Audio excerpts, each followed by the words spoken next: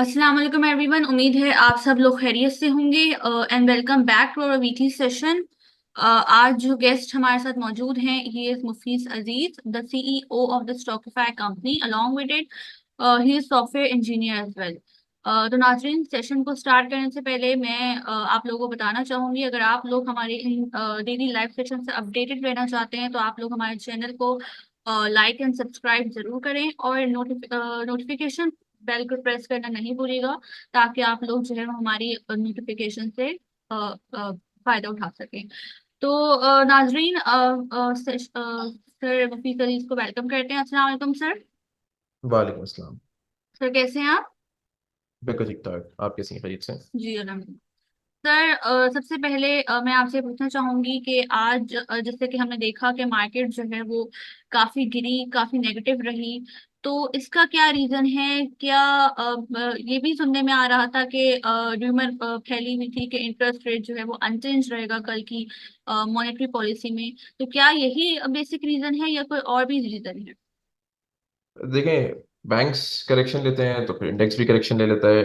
कल monetary policy है, अब अनचेंज रहे या ना रहे, ऑब्वियसली 22% से आप नीचे के सफर 19.5%, एंड देन अब आपका सफर पीछे की तरफ ही है interest rate, which is a positive thing. तो ऑब्वियसली जब बैंक्स करेक्ट होंगे तो फिर आपका इंडेक्स करेक्ट होगा। इसमें ऐसे हम्म। कोई परेशानी वाली बात नहीं है कि कोई ऐसे कोई बहुत मैसिव सेल ऑफ है और परेशानी वाली बात है। It's just fine. हम्म। सही। सर अगर कल की मॉनेटरी पॉलिसी में अगर 1% इंटरेस्ट रेट कम हुआ तो कैसा देख रहे हैं आप मार्केट को कल? अगर सपोज करें 1.5% कम हुआ तो कैसा देख रहे हैं? या अगर 2% इंटरेस्ट रेट कम हो जाए, जो कि मुश्किल है लेकिन फिर भी अगर हो जाए तो फिर कैसा देखेंगे आप मार्केट? अच्छा, अगर आप मेरी ज़ाती राय समझें, पूछें, तो 2% तो मुझे नहीं लगता, और ऐसा होना भी हम्म। नहीं चाहिए इनिशियली। हम्म। और इसके रीजंस हैं। देखिए, आप आईएमएफ के साथ आपने जुड़ना है, और आईएमएफ ने आपको मार्जिन दिया है कि ठीक है, आप अपने हिसाब से एडजस्ट करें, बट उन्होंने आपको ये भी कहा कि आप बहुत ज़्यादा खुला हाथ हम्म। भी मत करें। आप अपने इन्फ्लेशन के नंबर्स को देख के आप ईज कर लें, but don't go over that margin. ठीक है, तो आई हम्म। डोंट थिंक सो कि 2% तो बहुत ज्यादा है। 1.5 करना, आप फॉरेन से अगर लीनियंट हो जाएंगे तो that's not a good strategy. आपको थोड़ा सा मॉनेटरी टाइटनिंग रखनी चाहिए, सो दैट आपकी इन्फ्लेशन थोड़ी हम्म। कंट्रोल में रहे, और उसके बाद फिर फर्दर आप उसके कंट्रोल कर सकते हैं। दूसरी हम्म। बात आती है, आपने कहा मार्केट को किस तरह देखते हैं। देखिए, मार्केट इंटरेस्ट रेट के बाद, इंटरेस्ट एक्सक्यूज जी इंटरेस्ट रेट के अलावा जो इंपॉर्टेंट चीज है मार्केट के लिए, दैट इज कॉन्फिडेंस। ठीक हम्म। है, इंटरेस्ट रेट आपके 22% पे भी मार्केट्स ने आउट परफॉर्म किया। आपकी पीएसएक्स ने जो आपका ऑल टाइम हाई था, वो all time high interest rate पे ही बनाया था। हम्म। तो इंटरेस्ट रेट नीचे भी आ जाए, अगर आपका कॉन्फिडेंस बहाल नहीं होता जो हम्म। आईएमएफ के साथ होना है, तो इंटरेस्ट रेट नीचे आने से कोई खास फर्क नहीं पड़ेगा। मार्केट हम्म। उस और हमेशा हम ये बात कहते हैं ना, फॉरवर्ड लुकिंग मार्केट होती है कैपिटल मार्केट, तो वो तो ऑलरेडी आइडिया है इन्फ्लेशन के नंबर्स देख के या बाकी पॉलिसीज देख के कि ठीक है, हम्म। आपकी मॉनेटरी ईज हो जाएगी। तो confidence is more important than monetary policy at this point of time. Hmm. सही। सर मैं ये पूछना चाहूंगी कि आप क्या समझते हैं इस वक्त जो ये सिचुएशन चल रही है कि पोर्टफोलियो में कौन कौन से शेयर जो है वो इस वक्त अच्छे हैं? अच्छा, पोर्टफोलियो में आप पूछ रही हैं। देखिए, there two sort of portfolios. लोग करते हैं हम्म। ट्रेडिंग के लिए और इन्वेस्टमेंट के लिए। ट्रेडिंग के लिए आई थिंक गैल हो सकता है, जीएचएनआई हो सकता है, हम्म। एसएलजीएल है। ये सारी जो कंपनीज चल रही हैं, हम्म। आप उनमें ट्रेड कर सकते हैं depending on your technical analysis, कि आप क्या उनके टेक्निकल्स ड्रॉ कर रहे हैं। और फंडामेंटली अगर आप मुझसे पूछिए तो आई वुड से कि जो डिविडेंड बेस्ड कंपनीज हैं, उन्होंने हमेशा ये बात की है, जो स्टेबल साउंड कंपनीज हैं, हम्म। जिन जो प्रूवन अच्छे रिजल्ट्स दे रही हैं, रिजल्ट सीजन हम्म। हमने देखा है, जिनके रिजल्ट्स अच्छे आ रहे हैं, उनकी अर्निंग्स अच्छी आ रही हैं, आप उनमें इन्वेस्टमेंट करें लॉन्ग टर्म के लिए। शॉर्टर पीरियड ऑफ टाइम के लिए तो आपको देखना पड़ता है आपका सेंटिमेंट कहाँ पर है, वॉल्यूम्स किसमें जनरेट हो रहे हैं, उसमें आप ट्रेड हम्म। करें। सही। तो बैंकिंग सेक्टर क्या लग रहा है आपको कि इंटरेस्ट रेट डाउन होगा तो बैंक्स के शेयर भी डाउन हो जाएंगे या ये स्टेबल रहेंगे? अर्निंग्स ज्यादा है ना, बैंकिंग की अर्निंग्स तो बेहतर ही है ना। हम्म। अगर आप बैंकिंग की अर्निंग्स देखती हैं तो इतनी बुरी तो अर्निंग्स, आप उन्हें बुरा तो नहीं कहेंगे, आप उन्हें बुरा हम्म। कहेंगे तो। नहीं नहीं, बिल्कुल। इट्स नॉट कि इंटरेस्ट रेट ठीक है, हम लोग असल में कंपेयर करें 22% से, हम्म। कि 22% अगर हम 18% पर आ गए तो ऑब्वियसली इट्स डिक्लाइन।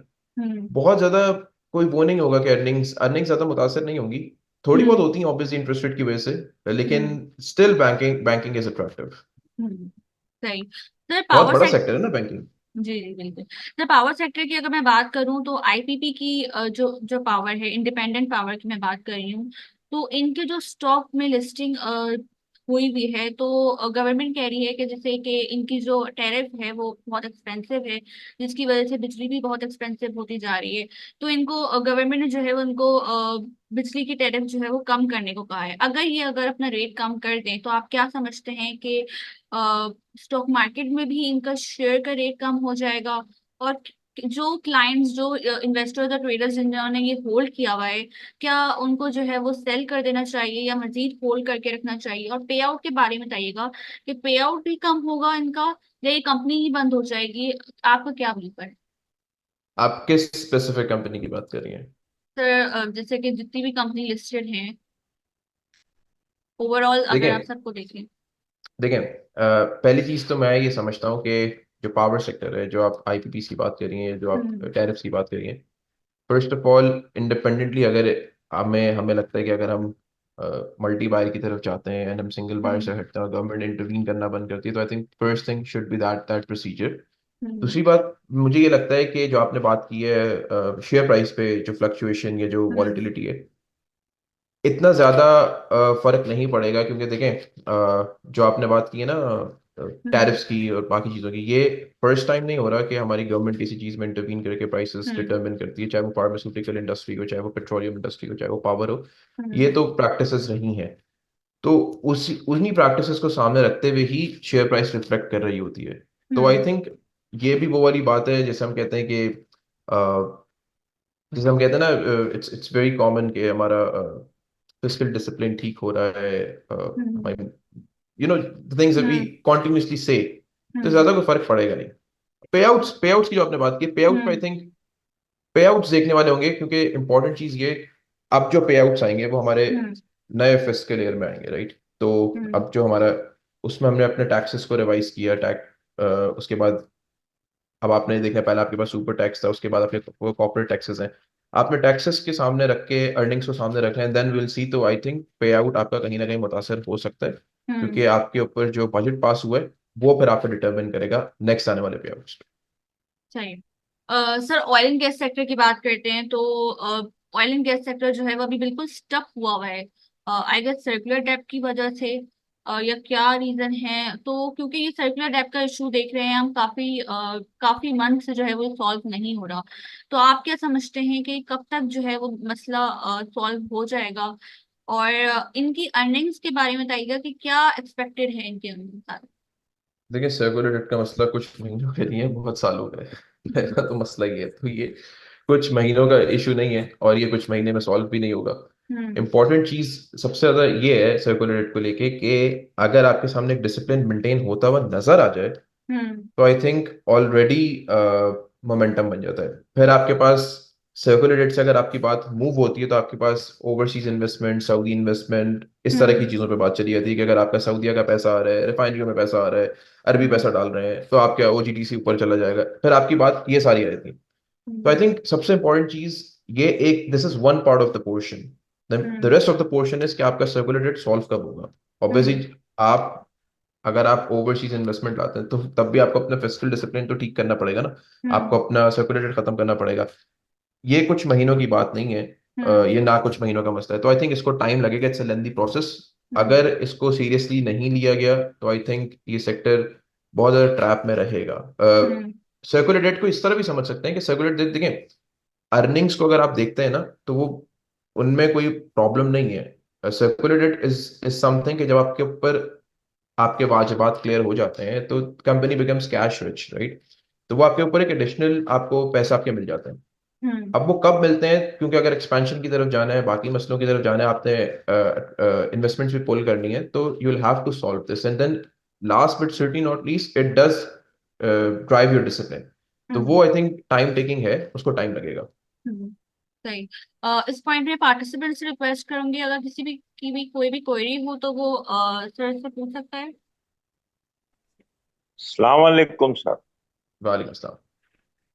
मेरा एक क्वेश्चन है कि ये एफएफसी और एफएफबीएल की कोई मर्जर का चल रहा था, तो ये क्या कुछ डिले हुआ है जिसका FFBL के प्राइस जो है वो यहाँ स्टक हुई है, कोई एनी डेवलपमेंट कब तक जी, एक्सपेक्ट है?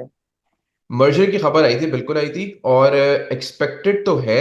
अब कब मटेरियलाइज होके फाइनलाइज होता है, will have to see about that. Obviously जब एक खबर आती है, जब भी किसी शेयर में, जैसे अगर हम किसी मटेरियल इन्फॉर्मेशन की बात करते हैं तो इनिशियली, जैसे अगर हम सिनर्जी को की बात करते हैं तो वो एक्सपोर्ट कर रहे हैं 60,000 टन, रिफाइनरी जो है वहाँ फर्नेस ऑयल एक्सपोर्ट करेगी, बाकी चीज एक्सपोर्ट करेगी। तो जब आपकी मटेरियल इन्फॉर्मेशन किसी मर्जर की या किसी और चीज की आती है ना, तो इनिशियल आप मोमेंटम देखते हैं उस चीज में। फिर वो जब तक मटेरियलाइज हो नहीं जाती तब तक वो थोड़ा सा रुक जाता है। तो I think it will it will eventually bounce back, but अभी वो जब तक मटेरियलाइज नहीं होती, चीजें फाइनलाइज नहीं होती, तब तक वो थोड़ा आप नॉर्मल ही मोमेंटम में देखेंगे। जी जिशान इजाज, आप अपना क्वेश्चन पूछिए।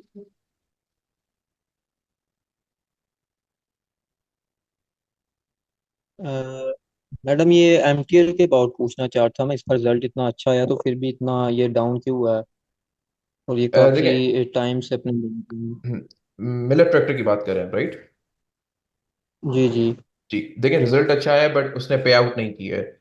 और पे आउट फोर्थ क्वार्टर की वजह से उसने भी पे आउट नहीं किया है। और ऑब्वियसली एक डिविडेंड बेस्ड कंपनी, जब एक कंपनी डिविडेंड देती है तो लोग ये एक्सपेक्ट करते हैं, उन्होंने रखा हुआ इसलिए होता है कि वो एक डिविडेंड को एंजॉय करेंगे। कोर्ट ने उनको रोका है डिविडेंड देने से। इवेंचुअली वो प्रॉब्लली आगे चल के देंगे, बट क्योंकि उनकी अर्निंग्स अच्छी हैं, डिविडेंड नहीं मिला, इस वजह से वो थोड़ा डाउन हो गए। मेजर रीजन इसकी वजह से इसमें यही है।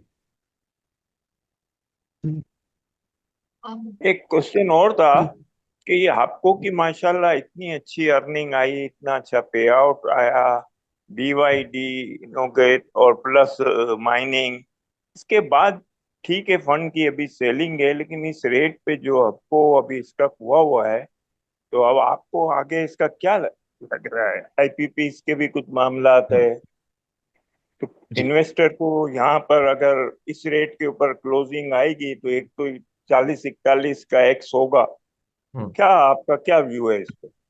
देखें, दो तीन चीज़ों को मैं कवर कर लेता हूँ। BYD पे भी आता हूँ, रिजल्ट्स पे भी आता हूँ।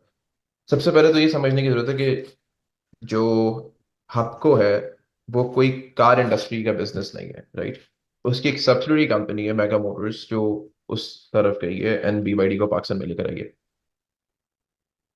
सबसे इंपॉर्टेंट चीज ये है कि जिस जो कंपनी लेकर आई है BYD को, जो आपने फ्लक्चुएशन ज्यादा देखी, जो मोमेंटम ज्यादा देखा, द सोल रीजन वाज कि जब उसमें ट्रेडिंग ज्यादा बनी, क्योंकि BYD की खबर आई थी, BYD पाकिस्तान में आ रही है, उसकी सब्सिडरी कंपनी लेकर आ रही है, तब मोमेंटम बढ़ा था। जो आपने आपका दूसरा दूसरा सवाल क्या था? एक तो BYD का था, दूसरा आपने आई थिंक कुछ पूछा था। ये माइनिंग का भी इन्होंने हम्म कहा है कि फ्यूचर में माइनिंग। अच्छा, देखें, जो ऑब्वियसली इसकी एक्सपेंशन एक्सपेंशन की तरफ है कंपनी। कंपनी इटसेल्फ, अगर आप कंपनी का प्रिंसिपल लाइन ऑफ बिजनेस देखते हैं तो वो अपने बिजनेस में बिल्कुल ठीक है, अर्निंग में है, सब कुछ है। उसकी सब्सिडीज कंपनी अच्छा परफॉर्म कर रही है, ऑटो इंडस्ट्री में जा रही है। आगे डिसाइड करेंगे कि मार्केट कितनी कंपेटिटिव होती है इस चीज को लेके। लेकिन आपको पूरे सेक्टर में बहुत अच्छी कंपनी है, उसको पोर्टफोलियो में रखा जा सकता है, मतलब उसमें कोई प्रॉब्लम नहीं है। जो ट्रेडिंग, जो प्राइस फ्लक्चुएशन की बात करें, that is only for the first time, जब ज्यादा वो एक वॉलेटिलिटी देखी गई थी, वो BYD की वजह से देखी गई थी। और क्योंकि आप हपको को BYD से कंपेयर नहीं कर सकते, क्योंकि वो उसका प्रिंसिपल लाइन ऑफ बिजनेस नहीं, उसकी एक सब्सिडी कंपनी लेकर आ रही है, तो हम असल में समझते हैं कि शायद हपको ही पूरी डायरेक्टली इम्पैक्ट होगी। आपने उसको देखना है उसका प्रिंसिपल लाइन ऑफ बिजनेस क्या है, और वो अपने प्रिंसिपल लाइन ऑफ बिजनेस में अच्छी एक्सपेंशन की तरफ है, तो I think it's a good company to keep in the portfolio. जी किसी और का सवाल है?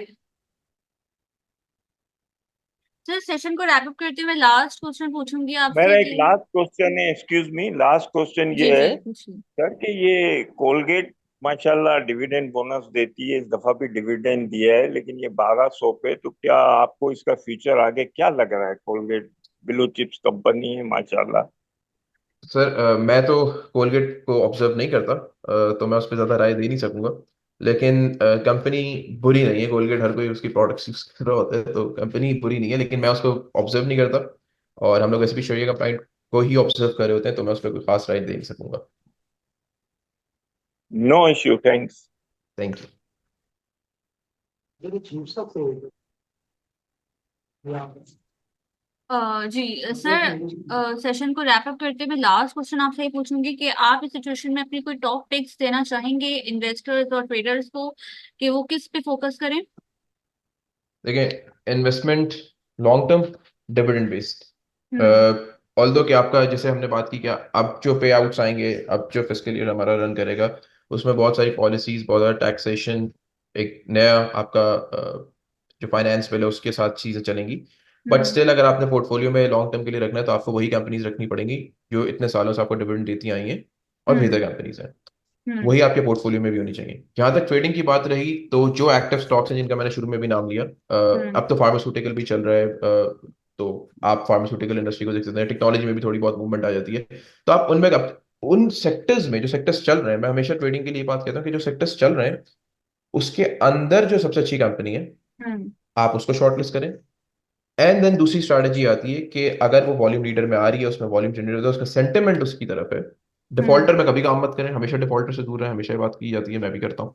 हम्म। लेकिन उसके अलावा जो कंपनीज एक्टिवली ट्रेड हो रही हैं, वॉल्यूम जनरेट कर रही हैं, मोमेंटम अच्छा बन रहा है, लेकिन आप एक दिन देखती हैं, आप लेट्स से आप एक दिन सिमेट्री को देख रही हैं, उसके बाद आप एसएलजीएल को देख रही हैं, फिर एक दिन क्विस्ट चल जाता है, तो जो हम्म। भी चलने वाली कंपनीज है उसमें आप ट्रेडिंग करें। हम्म। राइट। और जी जिशान इजाज, आपका कोई क्वेश्चन है। जी मैडम, मैं एक क्वेश्चन ये करना चाहता कि जो फैसल बैंक है और इंटरलूप, इन्हें हम लॉन्ग टर्म में कैसा देख रहे हैं? क्या ये लॉन्ग टर्म इन्वेस्टमेंट के लिए बेस्ट है? इन्हें कंसिडर किया जा सकता है? बिल्कुल किया जा सकता है। अगर आप टेक्सटाइल सेक्टर की बात करते हैं तो इंटरलूप टेक्सटाइल में ही, इसमें बहुत अच्छी कंपनी है। और बैंक्स में फैसल बैंक, मीज़ान बैंक के बाद जैसे अगर आप फैसल बैंक की बात करते हैं तो उसके अगर मल्टीपल के हिसाब से उसका प्राइस है तो आपको एक अच्छी प्राइस। मतलब कि हम ये कंसिडर कर सकते हैं कि फैसल बैंक आने वाले दिनों में एक मिजान बैंक की तरह उभर के सामने आ सकता है। इसकी शेयर प्राइस भी 250 के करीब हम देख सकते हैं। पोटेंशियल है। हम प्राइस से उसको मेजर नहीं करेंगे, लेकिन हम इस चीज़ से जरूर मेजर करेंगे कि उसमें पोटेंशियल है। और सबसे इंपॉर्टेंट चीज़ ये कि हमारा जो इस्लामिक बैंकिंग की तरफ शिफ्ट है वो अब रैपिड ग्रोथ की तरफ देखा जाएगा। कन्वेंशनल बैंकिंग से हटके हमारी बैंकिंग इस्लामिक बैंक की तरफ शिफ्ट होगी, और उसमें फैसल ऑलरेडी, अगर आप मीज़ान को फैसल बैंक से कंपेयर करते हैं तो ऑब्वियसली मीज़ान की तो अर्निंग बहुत ज़्यादा है, लेकिन अगर हम कंपेयर करते हैं तो उसका, अगर आप देखते हैं कि आपको मीज़ान महंगा लग रहा है लेकिन आपको एक अच्छा इस्लामिक बैंकिंग एक अच्छे मल्टीपल पे सस्ती प्राइस पर रखना है, तो Faysal bank is the bank to to keep in that portfolio. Okay sir, thank you. Thank you so much, sir, for giving us your precious time and thank you so much participants, आपने हमें join किया और उम्मीद है सारे thanks to participant. Host and guest, जज़ाकल्लाह, अस्सलाम वालेकुम। जी thank you so much sir, आगे आने वाले सेशंस में जो है आपको फिर इनवाइट करेंगे। अपना ख्याल रखिएगा। अल्लाह।